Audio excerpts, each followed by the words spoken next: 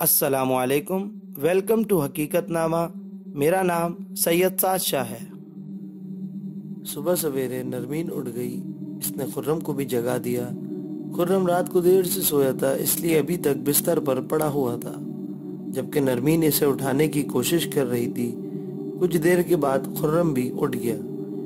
اس نے گھڑی کی طرف دیکھا، صبح کے 5 بج رہے تھے، اور پھر اس نے منہ دوسری طرف کیا اور پھر فریش ہو گیا، اور پھر دونوں نے اسی جگہ جانے کا فیصلہ کیا جس جگہ ان کی زندگی ایک بھیانک عفریت کے چکر میں پھنس کر رہ گئی تھی۔ تیار ہونے کے بعد دونوں ہوٹل سے باہر نکلے۔ ان کو کچھ خبر نہیں تھی کہ ان کی زندگی کس کرب کا شکار ہونے والی ہے، یا پھر وہ دونوں اپنے اس امتحان میں کامیاب ہو جائیں گے۔ ابھی یہ انہوں نے سوچا نہ تھا۔ پھر اس کے بعد دونوں ہوٹل کے گیٹ کی طرف بڑھ گئے۔ رات جو طوفانی ہوائیں چلی تھی، اس نے ہوٹل کے جالی دار گیٹ کو اکھاڑ کر رکھ دیا تھا۔ دونوں نہایت آسانی سے ہوٹل کے گیٹ سے نکل گئے اور پھر اپنی گاڑی میں بیٹھ کر منزل کی طرف روانہ ہو گئے۔ اب کالی وادی کا وہ حصہ تھا جہاں وہ پہلی بار انجانے میں گئے تھے، اور اب جان بوجھ کر اس جگہ جا رہے تھے جہاں پر ایک انجانا خوف تھا، ایک بدصورت اور کریہہ صورت عفریت تھا۔ ان کا فاصلہ اس جگہ سے رفتہ رفتہ گھٹتا جا رہا تھا، اور خرم گاڑی تیز تیز چلا رہا تھا۔ وہ جلد سے جلد اس جگہ پہنچ جانا چاہتا تھا۔ وہاں وہ ایک خوف سے ملنا چاہتا تھا۔ وہ دونوں یہ بھی نہیں جانتے تھے کہ وہ اس بھیانک عفریت کا مقابلہ کر سکیں گے بھی یا نہیں۔ یہ فاصلہ بہت ہی کم ہو کر رہ گیا تھا، اور پھر ان کی گاڑی اس ڈھلوان پر چڑھنے لگی۔ راستہ بہت ہی خراب ہو چکا تھا، جگہ جگہ سڑک کے بیچ بیچ پتھر پڑے ہوئے تھے۔ خرم اب بہت ہی احتیاط سے ڈرائیونگ کر رہا تھا، اور نرمین اسے حوصلہ دے رہی تھی۔ کچھ ہی دیر کے بعد وہ دونوں پہاڑی کے اوپر تک پہنچ گئے تھے۔ اب دونوں گاڑی سے اترے۔ سورج کی ہلکی ہلکی روشنی پہاڑوں کے اوپر تک آ گئی تھی۔ یہ وہی جگہ ہے، نرمین بولی۔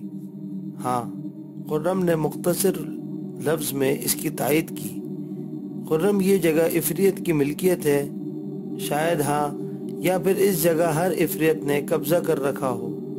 دراصل یہ سرسبز و شاداب وادی بہت ہی زیادہ خوبصورت تھی، مگر وہ عفریت پتہ نہیں کیا چاہتے تھے۔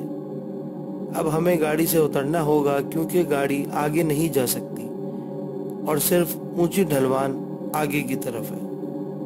خرم، میں چاہتی ہوں کہ ہم تھوڑی دیر گاڑی میں بیٹھے رہیں تاکہ تھوڑا سا وقت گزر جائے، کہ سورج بھی ذرا تیز ہو جائے۔ دن کے وقت یہ عفریت وغیرہ کمزور ہوتے ہیں۔ نہیں نرمین، ہمیں وقت کو ضائع نہیں کرنا چاہیے، ہمیں بس ان کا مقابلہ کرنا چاہیے۔ ٹھیک ہے، جیسے آپ کی مرضی۔ نرمین گاڑی سے اتری، خرم بھی اس کے پیچھے باہر نکل آیا۔ دونوں اس جگہ کی طرف جانے لگے جہاں پر وہ پہلے بھی ساتھ گئے تھے، اور ان کی زندگی میں ایک بھیانک عفریت نے قبضہ کر رکھا تھا۔ دونوں کو اچانک محسوس ہوا کہ کچھ برا ہو رہا ہے۔ سرسبز آسمان، اچانک سیاہ بادل اس پر چھانے لگے، چمکتا ہوا سورج ماند پڑنے لگا، آسمانی بجلی کڑکنے لگی۔ خرم، تم کچھ محسوس کر رہے ہو؟ ہاں نرمین، عفریت کو پتہ چل چکا ہے کہ ہم اس کی طرف جا رہے ہیں، اس لیے وہ بھی آج ہمیں اپنی طاقت بتانا چاہتا ہے، اس لیے میں بھی پیچھے ہٹنے والا نہیں ہوں۔ ہاں خرم، یہ بات تو ہے۔ دراصل ہمیں اب ثابت قدم رہنا ہوگا، عفریت کا بھرپور سامنا کرنا پڑے گا۔ دونوں باتیں کر رہے تھے اور اسی جگہ کی طرف بڑھ بھی رہے تھے۔ کچھ ہی دیر میں وہ دونوں اس جگہ پر پہنچ گئے جہاں پر ان لوگوں نے پہلے ایک ساتھ ایک سیاہ عفریت کو دیکھا تھا، اور بالوں کے گچھے میں اس عفریت کا ٹھکانہ معلوم کیا تھا۔ خرم، دیکھو، ہر طرف کالی تاریکی چھا چکی ہے، اور رفتہ رفتہ وادی کالی ہونے لگی ہے۔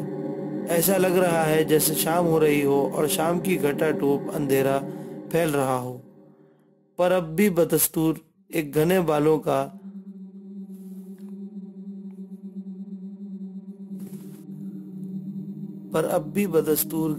کا گچھا پڑا ہوا ہے۔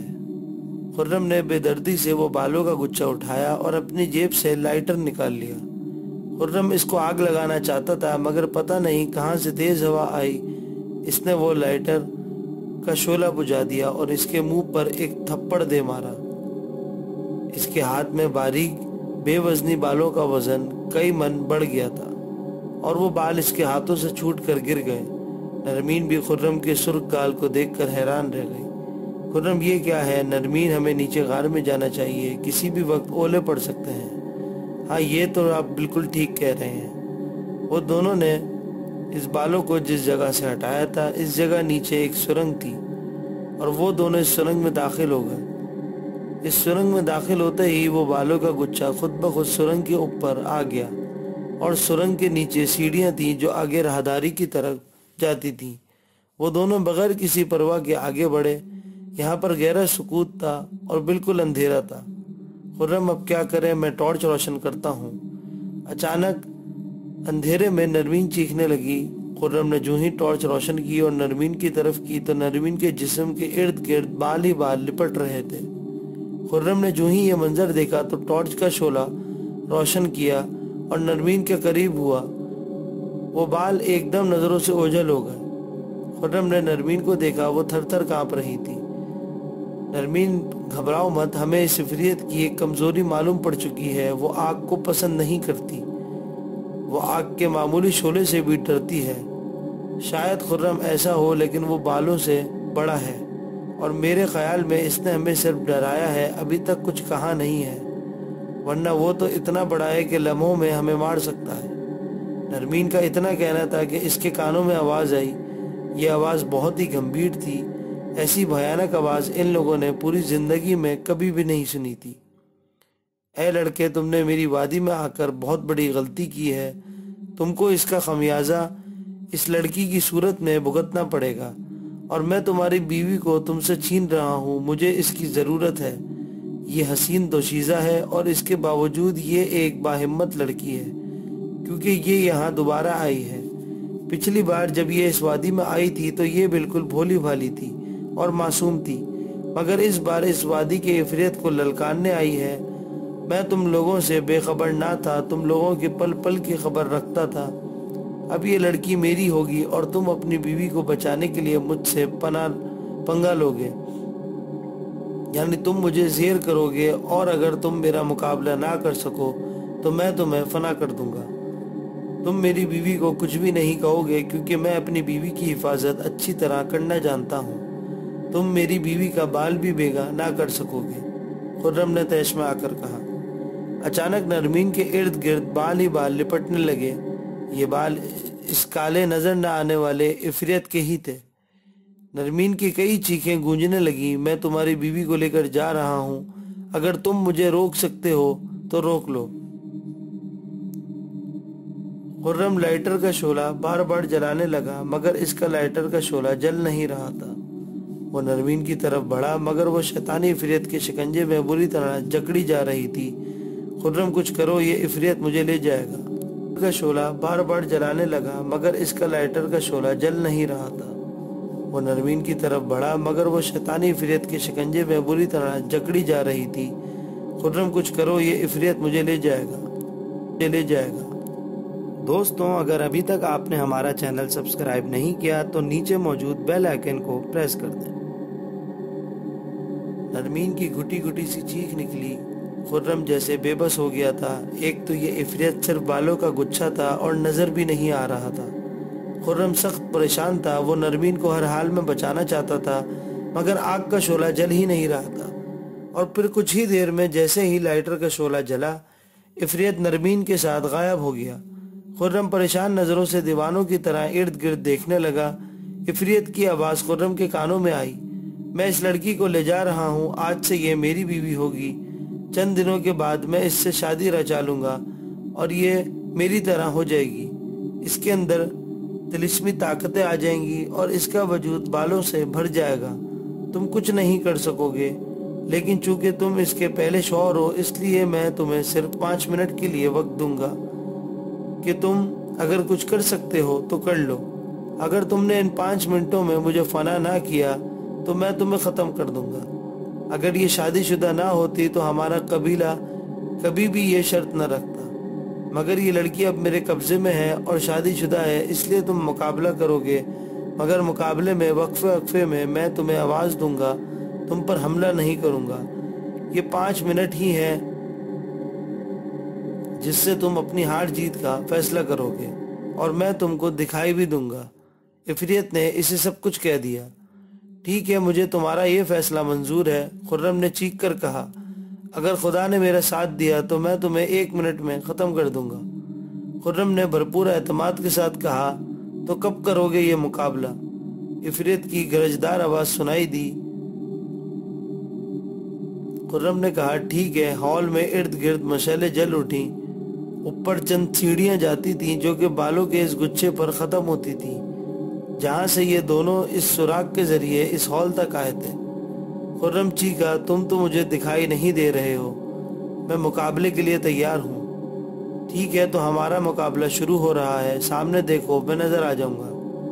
عفریت کی آواز سنائی دی۔ خرم نے سامنے دیکھا تو اسے ایک بھیانک ریچھ نما انسان دکھائی دیا جو بھالوں سے بھرا ہوا تھا۔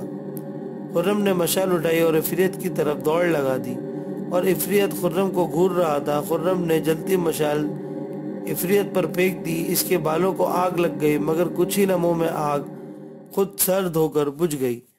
عفریت کے جسم پر بے انتہا لمبے گھنے بال تھے، وہ بالکل ریچھ کی طرح تھا۔ اس کی آنکھیں انڈے کی مانند بڑی اور سفید تھیں، جس میں ڈھیلا بالکل بھی نہیں تھا۔ خرم نے تیزی سے 2 مشعلیں اٹھائیں اور اس کے چہرے پر دے ماری، مگر عفریت پر ذرہ برابر بھی اس کا اثر نہیں ہوا۔ خرم بہت ہی پریشان ہو گیا تھا۔ وہ دوڑتا ہوا عفریت کے بالکل سامنے کھڑا ہو گیا اور اس کے سر کے بالوں میں ہاتھ ڈال کر کھینچنے لگا، مگر اسے کچھ بھی نہیں ہو رہا تھا۔ خرم بہت ہی پریشان ہو گیا تھا۔ وہ دوڑتا ہوا عفریت کے بالکل سامنے کھڑا ہو گیا اور اس کے سر کے بالوں میں ہاتھ ڈال کر کھینچنے لگا، مگر اسے کچھ بھی نہیں ہو رہا تھا۔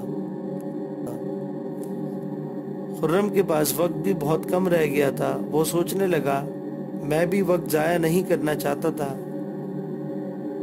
اس نے عفریت کے چہرے پر کئی مکے مارے جو کہ بے سود ہو گئے۔ اس کا ہاتھ ہر بار بالوں کے گچھے میں الجھ کر رہ جاتا۔ اب 2 منٹ اور 20 سیکنڈ کا انتہائی کم وقت رہ گیا تھا۔ عفریت خرم کی بے بسی پر کہے لگا رہا تھا، اسے جیسے یقین ہو کہ ہار خرم کے مقدر میں لکھی جا چکی ہے اور وہ بھیانک عفریت سکندر بننے والا ہے۔ یا اللہ میری مدد کر۔ خرم خدا سے مدد مانگنے لگا۔ اس کی آنکھوں سے آنسوؤں کی لڑی جاری ہو گئی تھی۔ اب صرف 1 منٹ اور 30 سیکنڈ کا انتہائی قلیل وقت رہ گیا تھا۔ اچانک خرم کے ذہن میں ایک دھماکہ سا ہوا۔ اس کی آنکھیں کے سامنے سے وہ بالوں کا گچھا آ گیا جو سوراخ کے اوپر رکھا ہوا تھا۔ خرم نے پھرتی سے دیوار کے اتاق سے ایک جلتی ہوئی مشعل نکالی اور سیڑھیوں کی طرف دوڑ لگا دی۔ لمحے بہت کم رہ گئے تھے، اب صرف 1 منٹ رہ گیا تھا۔ اوپر سیڑھیوں میں چڑھتے ہی آگے باہر جانے کا راستہ بند تھا اور وہ گھنے سوراخ کے اوپر ہی موجود تھا۔ خرم نے لمحے کے اندر ہی ان بالوں کو آگ لگا دی۔ ان کمزور بالوں نے لمحے میں ہی آگ پکڑ لی اور گہرا دھواں ارد گرد چھانے لگا۔